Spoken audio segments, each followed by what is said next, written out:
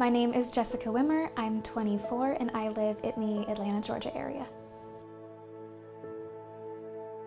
I definitely live a very normal, run-of-the-mill mom life, managing work, kids, home life, trying to balance friendships, have time with my husband. As a kid, I was one of 6. I was the oldest girl in my family. I did have a special needs sister, and I quickly adopted the identity of being that second mom. My parents raised me super well. They were so loving and so kind, and they protected us and guided us, but let us experience the real world. And I just thought, I would never be that person because I was aware that addiction was out there. So because I was aware, it wouldn't happen. I remember going to a chastity talk and they mentioned pornography, and I didn't know what it was at the time. I heard this voice in my head telling me, if you don't know what it is, you can't protect yourself from it. I did what you probably shouldn't do, and I Googled it to see what it might be. I remember not really understanding what I was seeing. I clicked on a link and I saw a video and I was absolutely horrified. And little by little, I would have this nudging to just look one more time, just look one more time. The looks would get longer and longer, and then it became seeing it once a week to seeing it multiple times a week. I didn't even realize I was watching it every day, multiple times a day. It didn't hit me that this had become my life. A simple, naive, innocent little thought got turned into a big pornography addiction, and it just took one look and a lot of fear from looking at something I didn't understand. And the more and more I came back trying to understand what I saw, the deeper and deeper I was rooting myself in addiction. I couldn't sleep. I couldn't eat very well. I felt sick very often. I got sick very often. I was extremely lonely, and I wasn't pouring into friendships. I would show up, I could fake it really well, and I would go home and feel like nobody cared about me anymore. And I was just extremely anxious and had a lot of panic attacks. I didn't have very good coping mechanisms when I was stressed or anxious, and so all I turned to was pornography. And I didn't realize that the source of my stress and anxiety was what I was turning to get rid of what I thought was my stress and anxiety. I think being exposed to pornography so young, it altered the way that I view love. I hadn't fully understood any kind of romantic relationship in any regard. I was 12, so you don't think about that when you're 12. A lot of porn is geared around violence towards women, and so the way that it makes you feel, the way that it makes you see yourself is very different. It gives you the sense that that is what you deserve, and it makes you lose a lot of respect for yourself without realizing it. It just creeps into your subconscious and makes you think, that's what love looks like, that's what sex looks like. And that creates a lot of fear. So my first exposure to any kind of physical affection, any of that, was a very distorted view. I remember it made me extremely fearful of the idea of falling in love with someone, the idea of holding hands with someone, because I thought that any physical contact was similar to being taken advantage of, or that anyone that I would come in physical contact with would take advantage of me.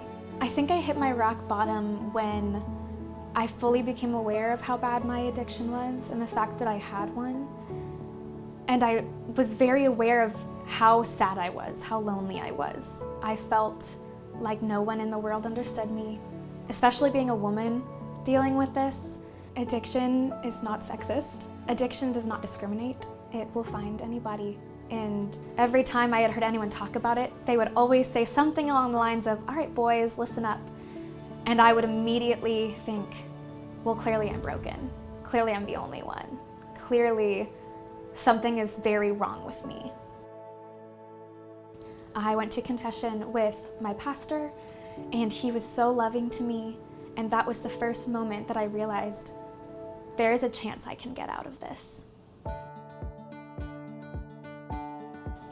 I feel like I went from one day of feeling like I'm the only person that experiences this in the world, and I'm going to have that feeling of loneliness forever. And then the next day realizing, even if I'm alone in this, someone still loves me. That even if I have to be alone in this, that there's still healing and there's still hope, and I can still find happiness one day. And that hope, I clung to that hope so desperately because that was all I had. And that was all I had in sight for years of feeling like I was alone. My parents had no idea that any of this was going on, and they didn't even realize that it was an addiction. I think when I told them about it, I was a scared high schooler coming to my mom to talk about it with her, and I summed up the courage to tell her. So we had a great heart-to-heart, and they really handled it very well. They just loved me, which was exactly what I needed. After that conversation, they downloaded Covenant Eyes on everyone's software. When I had the impulse to go watch something, that would stop me, and I'd have to sit and think, do I really want to do this? Do I really want to find a workaround? It was a rocky healing journey in the very beginning because I still hadn't realized that other women struggled with this. I remember being in a Facebook group and some brave girl just posted out there, please tell me I'm not the only one that struggles with this. If I am, oh well. And I saw thousands upon thousands of women commenting that they experienced the same thing. And it was just hope and encouragement that nobody else could give me because nobody else understood but these people. And for the first time, I realized that I wasn't alone. That is when I knew I could find a way out. Even if I couldn't figure out how to do that yet, there was a way out. As of this day, I am porn-free, and I have been for multiple years now, and it's amazing. It was all about surrounding myself with people that knew me and that taught me that shame is not who I am, that what I struggle with is not who I am. I am not a pornography addict. I am a beloved daughter of God who is addicted to pornography. I find beauty in everything now. I see it in my children, I see it in my husband, I see it at church, I see it in our home. I am just so grateful for my life, just overall. I'm grateful for relationships and people and community, and I'm so grateful that I get to love other people and make them feel that love, because that's the love that restored me. I can feel the freedom, and I never want to go back. Life is just full now.